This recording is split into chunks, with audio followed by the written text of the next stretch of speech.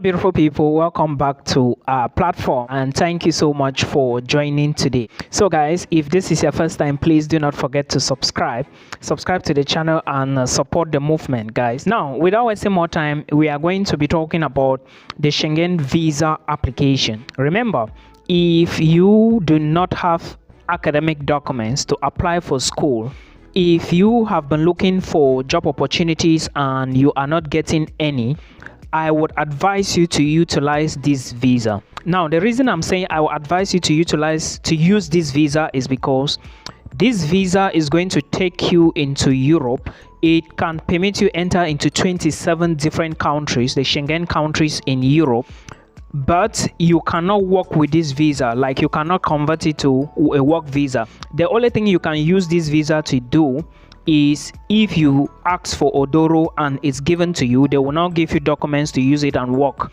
Then you fight for your case in order to get your permanent stay, right? But you have to read about Odoro and know what it is. Also understand that nobody should fool you. Absolutely nobody should tell you that this visa you can convert it to a work visa in Europe. It's not possible. But before I even talk about some of these things, I want to tell you that yesterday I was watching a video somewhere on the internet and somebody was saying that a Schengen visa is 6 million. I don't want to mention the currency, but it is not true. Absolutely not true. That is a false information. Well, I understand because those type of people are people usually do it for people. They are going to collect your money, and this visa is not a guarantee visa, but there are high chances that if you submit the right documentation, you are going to get the visa. I will be talking about the things here that you should put into consideration, and if you really want to apply for this, you should consider this video till the end. Now, understand that, like I said, this visa is just 90 euros. You are not going to give money, millions, to anybody to do it for you. You can watch videos, do research, do it yourself. Okay, this is what I teach people here and on my social media pages like my TikTok, my Facebook, and everywhere.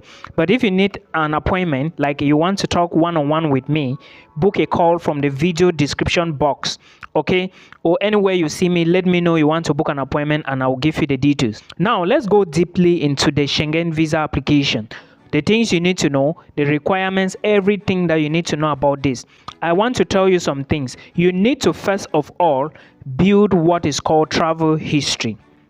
Yes, I know some of us may not understand, but travel history is you need to be able to show to the visa officer that you have been traveling. Now, what do you need to do? Start by getting travel history, like you travel to places where you can get your passport stamp. For example, go to Rwanda, go to Egypt, go to Kenya, go to Ghana, right? You go to those places where you can get visas upon arrival.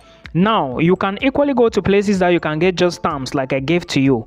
Other places you can visit include Lebanon, Jordan, maybe UAE. Anyone you can get your stamps, a visa stamps. Well, remember, the stamp in your passport is weaker than a normal sticker, a normal visa. Okay, for the Turkish embassy, they will give you a visa. But if you go to another country where they are giving just stamps, they will give you just a stamp. So you should know this. But in both cases, they are also important because it shows travel history. Now, the next thing you need to do after you've gotten the travel history, you've known where you want to go to, the next thing you need to do is to apply. Remember I said there are 27 countries in the Schengen zone. So you need to know all these countries you are going to. But where are you going to be applying for the visa? This is another thing you should know.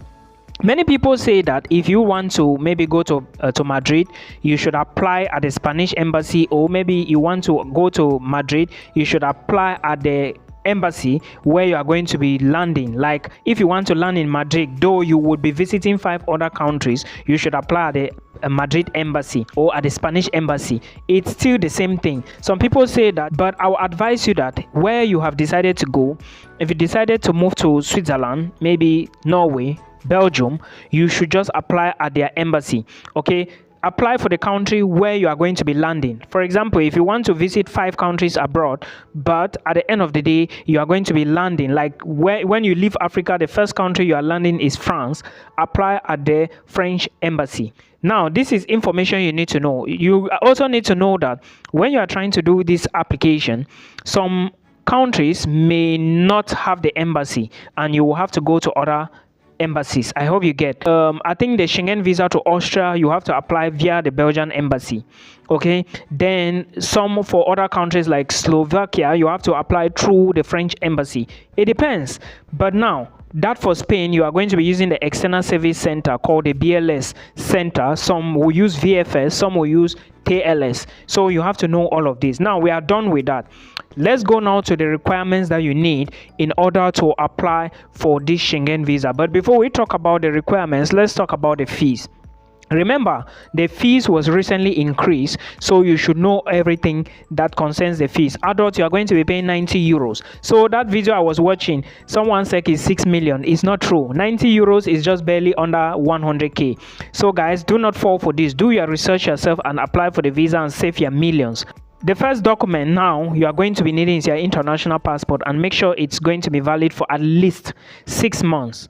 Yeah, if your passport is not valid for 6 months, it's a whole lot of problems for you, but try and make it to be valid for 6 months. After I finish with these results or with these requirements, I'm going to come back and talk about some of the things that can affect the visa to be refused. Okay, and for those of you who want to go to Switzerland, remember some few documents might differ. Let's say if you are at the in Central Africa, you want to go to another country like Switzerland, then you have to apply at the French embassy in Bangui. For those of you in Equatorial Guinea, you'll be applying at the Spanish embassy in Malabo.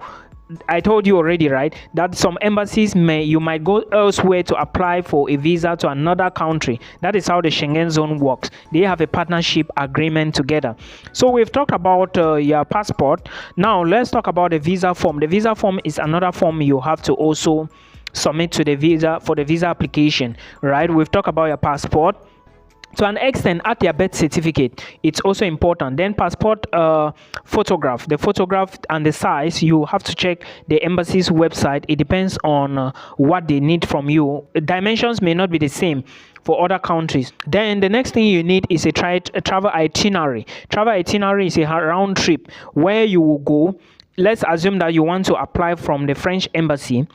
You are landing in Paris and you'll be visiting maybe Luxembourg, Belgium, Austria, Sweden, right? You have to show travel itinerary for all these places to be on the safe side. Then equally, you need a declaration of sponsorship. Let's assume that maybe someone is going to sponsor you, someone is inviting you, right? That is when you need the declaration. Also understand that this Schengen visa you are applying for, it's either you are using it for tourism purpose, or you are using it for family visit, or you are using it for a short training program, or you are using it for business purposes, or you are going with it for medical reasons, or you are going as a tourist. If as a tourist, you just need to write an itinerary to show the number of places on the days you are going to be visiting. That on day one, day this, I will be visiting this. Then day two, I'll be visiting this. This is how it works, right? Then if you are going for family visit, the family member must send an invitation letter to you. Then for tourism, that is when you are drafting that itinerary. If you are going for medical reasons, you need to have paid your medical fee. Then your doctor will send a letter to you. Then for business reasons, it's still the same thing. Business collaboration, business documents, and you are good to go. Then this is what you need to know, or let me say some of the reasons. Then you also need what we call old visas. If you've traveled before, like I said, travel history, very important. Scan those old visas and upload equally to your application. Then declaration of sponsorship, I told you before, if someone is inviting you. Then you need accommodation. For the accommodation now, you have to check my other video I did about this Schengen visa. It was detailed, right? That video is above 7,000 views now. So you have to go for accommodation, and there are Airbnbs you can book accommodation from. You can equally check from online, right? Then you also go for your insurance. Now let me say some things about this insurance.